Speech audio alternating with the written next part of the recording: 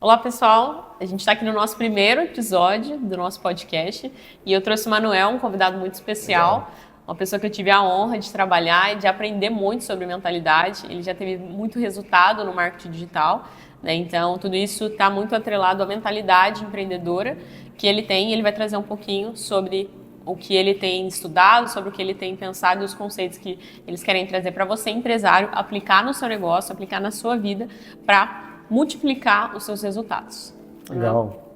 Prazer, Ana, de reconectar com você, estar aqui no escritório, né? A gente está gravando esse primeiro episódio, então a honra é minha de estar participando aqui. É um prazer realmente estar conversando contigo aí. Igual você falou do digital, né? Já estou aí desde 2011, 2012, vai uma jornada de 13 anos. Já tive bastante produto vendido, já vendi para mais de 58 países, 65 mil cópias, já tive bastante resultado interessante. Mas o que eu sempre falo assim é a transformação que isso gera, né? São 65 mil vidas, famílias foram transformadas, porque eu sempre priorizei trabalhar com produtos que geram resultado, né? Onde a gente sabe que uma venda ali me traz um retorno financeiro, mas é uma semente plantada na vida daquela pessoa também. Então, é isso, né? É uma trajetória longa, não dá para ficar falando tudo agora, não é um objetivo, né? Mas então, alguns resultados relevantes aí dentro do digital. Legal, perfeito. E hoje a ideia é o Emanuel trazer um conceito que ele tem estudado para você aplicar no seu negócio, né, Emanuel? Pode explicar um pouco melhor sobre esse conceito e como que o empresário vai aumentar os resultados dele aplicando isso. Legal. Então a gente estava falando até aqui nos bastidores, né? Sobre o importante pensar grande, né? E por que eu pensar grande? Porque a gente foi habituado, a gente foi ensinado a pensar de acordo com aqueles lugares que a gente está, de acordo com aqueles grupos, de acordo com aquelas instituições, de acordo com aqueles lugares que a gente convive. Então, seja a igreja, seja a escola, seja a família, seja a mídia, a gente foi ensinado, doutrinado a pensar naquele quadradinho. E eu não posso nem pensar fora daqui, pensar fora daquela caixa, porque senão eu vou ser ridicularizado pelas pessoas, eu vou ser julgado, eu vou ser criticado, e eu mesmo, muitas vezes, eu nem quero falar por conta que eu já sei que vai acontecer isso. E o pensar grande nos permite também agir grande, né? Então, quando a gente fala, pô, eu quero, sei lá, ter uma meta, multiplicar por 10. Então, agora que eu estou começando a pensar, começando a pisar no território de pensar grande, quer dizer que eu vou ter que agir 10 vezes mais para chegar naquela meta. Mais ou menos, é uma matemática exata. Mas, muitas vezes, eu subestimo aquela meta pequena, achando que uma meta pequena ela é fácil. Na real, ela vai ter quase o mesmo nível de dificuldade da meta maior. Ela só vai exigir um pouco menos de ação a nível de energia que você imprime ali, né? Uhum. Mas na parte de estratégia, na parte de plano, na parte de estudo, de pesquisa, é muito parecido. Óbvio, né? A gente está comparando um cenário, tipo ali vamos supor, de 10 para 100 mil. Uhum. Então, vocês estão falando de coisas extremamente megalíticas, aí, enormes, né? Mas dentro daquilo, o pensar grande te faz agir melhor, te faz conectar com mais pessoas, te faz atrair mais pessoas, porque as pessoas se sentem atraídas por quem pensa grande, porque é como se você estivesse dando permissão para que as pessoas à sua volta também pensassem. Porque se ninguém naquele momento está pensando grande também, elas simplesmente não sentem, abre aspas, permissão ou permitidas a pensar, porque falam, pô, mas vou pensar desse jeito por quê? Né? Se ninguém pensa dessa maneira. Então, é um pouco disso que eu venho trabalhando agora nos últimos meses. Legal. E esse conceito ele faz muito sentido, né, visto principalmente na nossa sociedade e o comportamento humano como um todo, né? Então, o comportamento de grupo, ele é muito importante e foi sempre importante para a nossa sobrevivência. Né? E como que a gente faz parte de um grupo? Se parecendo com ele. Né? Então, acho que traz um pouco dessa questão que você trouxe. Né? Muitas vezes, se você está com pessoas que têm uma mentalidade um pouco menor, e assim, não que elas tenham menos valor ou algo nesse sentido, não, elas só não acessaram esse momento ainda. Mas na questão do comportamento humano, entra exatamente esse ponto. A gente quer se adaptar ao grupo, né? E se eu tiver que pensar pequeno para se adaptar ao grupo, ok, tudo bem. Né? E eu acho que quando a gente cai nessas situações, que a gente vai mudando muito e vai limitando muito os seus resultados. Sim. Seria algo nesse sentido que você trouxe? Nesse sentido, porque assim, o nosso pensamento vai ser muito moldado pelo grupo que eu faço parte. Que grupo que é esse? É o lugar onde eu moro, é a cidade onde eu moro. O país onde eu moro, ele vai moldar um pouco do meu pensamento. Se eu moro no Brasil, é diferente de morar nos Estados Unidos, diferente de morar no Japão, é diferente de morar na Nigéria. São formas de pensamento diferentes. Então, por exemplo, o empresário está assistindo esse vídeo. Será que ele tem com quem compartilhar as dores dele? As metas que ele tem? Será que ele consegue executar? Pode ser com o cônjuge, o esposo consegue compartilhar, mas meio que quase um desabafo. Mas será que o grupo de amigos dele ele consegue falar? Ou será que ele vai se sentir até um pouco julgado pelos amigos, porque ele tem já uma vida legal, já tem um ganho legal, e os amigos não sequer entendem o que ele está falando. Então, se a pessoa ela não está em grupos onde, que abre aspas, permitem com que ela pense grande, ela vai simplesmente se adaptar àquele pensamento. E se ela não também faz um esforço de abrir mão desses grupos, que muitas vezes é importante, né, para a gente crescer, para a gente se desenvolver, atingir novos resultados, a gente precisa abrir mão de muita coisa. Vocês vão lembrar que eu usava um exemplo muito da montanha. A gente vai subir uma montanha, vai subir o Everest, por exemplo. Tem que ter o preparo físico, tem que ter o planejamento. Mas tá, começamos a subir a montanha, começamos a fazer essa escalada. Eu vou levar minha geladeira? Eu vou levar meu sofá? Eu vou levar a cama? Não vou levar só o que é essencialmente necessário, uma mochila. Ou pode ter bastante coisa na mochila, mas ainda assim é uma mochila. Então, quando a gente vai fazer, vamos dizer, pegar um novo Everest, um novo objetivo, que é desafiador, que é grande, eu não posso ficar levando minha bagagem inteira, minha vida inteira, minha casa inteira, né? Toda aquela bagagem lá de trás, os amigos lá de infância, sei lá, aquelas pessoas que eu quero, que gostaria que subissem comigo, mas elas não querem, né, no fim das contas, elas não estão prontas para isso. Então eu preciso abrir mão de certas coisas, certas crenças, certas ideias, certos grupos, para poder escalar, né, alcançar esse novo topo. Então é por esse caminho, né, a ideia de estar em grupos diferentes, né, frequentar esses grupos, abrir mão daqueles grupos que te fazem mal, mas eles não estão te impulsionando, de certa forma, eles também estão te ancorando naquele patamar que você está. Então, para mudar de patamar, mudar de objetivo, você precisa, sim, abrir mão desses grupos, mais que doa, por mais que você queira levar junto, mais que você queira que as pessoas cresçam, se elas não quiserem, você não tem como fazer por elas. Né? Interessante. Então, um dos primeiros ali insights que você traz para nós é sobre a questão de qual grupo a pessoa está inserida. Com certeza. Tipo, e, igual eu falei, quais grupos você faz parte hoje, né? Então, o lugar onde você mora, o prédio, o bairro onde você mora, o grupo familiar que você tem, seja o grupo de família de origem, família que você escolheu, os amigos, que mais? Igreja que você frequenta, escola que frequenta, ou faculdade que frequenta, ou instituição de ensino que frequenta, grupos de WhatsApp também fazem parte, enfim. E a gente vai colocar, existem vários grupos. Quais deles estão te impulsionando e quais deles estão te ancorando naquele nível que você está? É um grupo que, quando você compartilha uma coisa, todo mundo te incentiva, ou você é o mais louco daquela mesa? Você é o mais inteligente da mesa, ou você é o melhor daquela mesa? E aquela frase que diz, se você é o melhor de uma mesa, você está na mesa errada. Não porque você não tem que estar numa mesa onde você vai ensinar ou impulsionar outras pessoas, também tem que estar. Mas se as mesas que você frequenta hoje são todas onde você é o melhor, você está na mesa errada. Porque você tem que ter mesa onde você se sente incomodado. Quando você fala, o resultado que eu tenho, que eu acho que é um baita resultado, nessa mesa que eu estou, não é nada para essas pessoas. Eu falei, eu consigo algo mais também, não por dinheiro, por exemplo, mas por potência. A gente tem um potencial que é infinito. Então, se eu estou limitando meu potencial, eu estou simplesmente vivendo abaixo do que eu poderia viver. Então, pensar grande é uma das formas de você libertar esse potencial. E potencial é uma coisa que está em potência, ele é inexistente, ele não foi transformado em realidade, né? Então, quando você começa a pensar grande, você começa a se permitir a viver mais desse potencial que você tem que é infinito. Legal, faz muito sentido isso. E, Emanuel, você consegue trazer um exemplo, assim, de forma prática que você teve um resultado depois de pensar dessa forma, na sua trajetória mesmo, como que pensar grande levou você a alcançar mais resultado, algo nesse sentido? Como que foi, né? Faz um ano, mais ou menos, no meio do ano passado, 24, eu criei um desafio para mim, que é o plano do bilhão, o jogo do bilhão, que é chegar em 1 bi de valuation de um grupo empresarial em 5 anos, que é um troço que, para mim, é grande. Para outras pessoas é surreal e para outras pessoas não é nada. Então, é o que eu falo, é esse plano na mesa que está um Elon Musk, ou, sei lá, o Ike Batista e o Donald Trump, é ok, não é nada, ainda mais que de real, né? Eles trabalham em dólar. Mas uma mesa onde talvez eu estou convivendo, é maluquice. Então, sempre tem esse comparativo. Quando eu comecei a falar sobre isso, eu percebi o quanto estava distante como pessoa, porque não é sobre o valor lá no final, é sobre o que eu me torno nesse processo. Eu percebi que eu precisava melhorar muito como pessoa. Tinha um monte de coisa que eu não estava fazendo, que eu não estava conseguindo fazer, que eu não estava, por exemplo, estudando como deveria, trabalhando como deveria, que eu deveria, por exemplo, aumentar a energia em algumas coisas. Então eu comecei a divulgar isso. Isso começou a atrair gente. Foi aí que eu tive um insight e falei, olha, quando a gente pensa grande, meio que eu estou permitindo também pensar, e veio gente boa e também veio gente bem ruim por perto. Então isso me trouxe resultados de, em 6 meses, eu adquiri 2 novas empresas.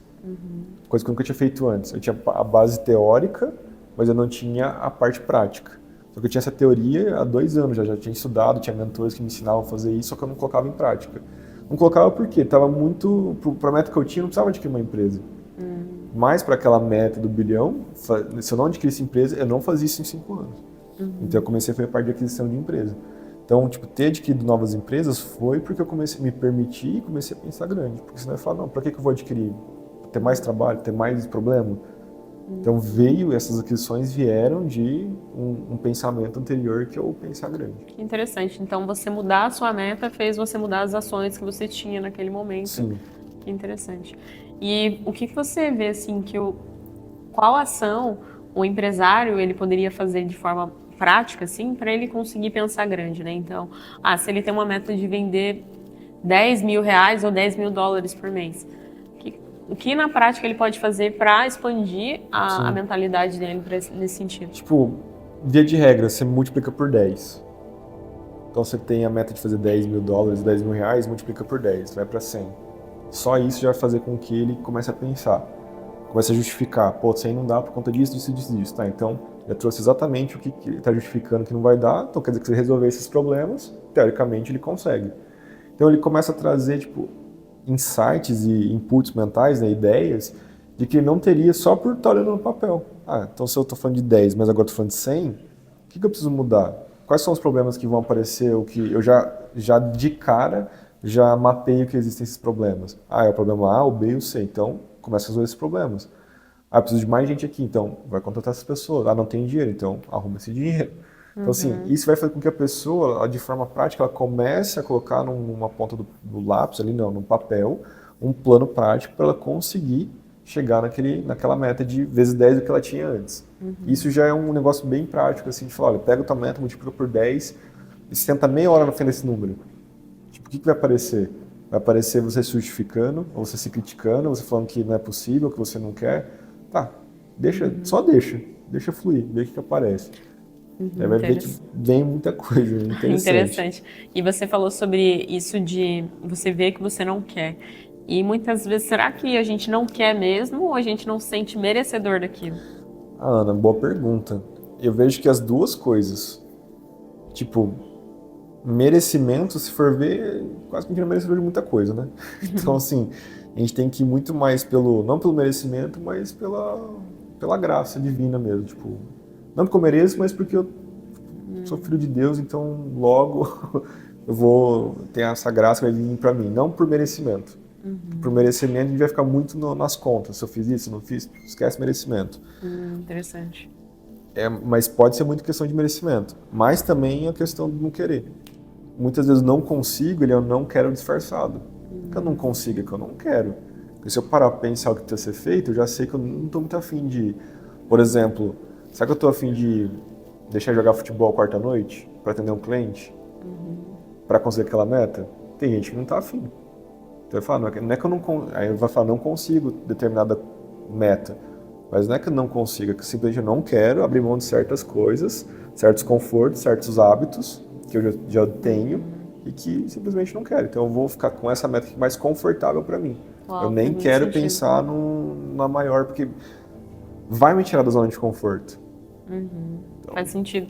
E muitas vezes é mais confortável a gente pensar, eu não consigo alcançar essa meta, do que olhar para ela e falar, eu não quero isso, porque quem em sã consciência não quer faturar 10 vezes mais, né, 100 mil. Então, acho que faz muito sentido isso. Teve um conteúdo que eu assisti do Seiji Arata, que ele traz exatamente algo nesse sentido. Você acompanha ele também, já até conheceu ele pessoalmente, inclusive, né? E ele traz isso, de que querer é poder, né? Então, se você fala que você não pode algo, na verdade, não é que você não pode, você só não quer fazer as ações necessárias. Claro que a gente está falando de coisas possíveis, né? E não de elementos sobrenaturais.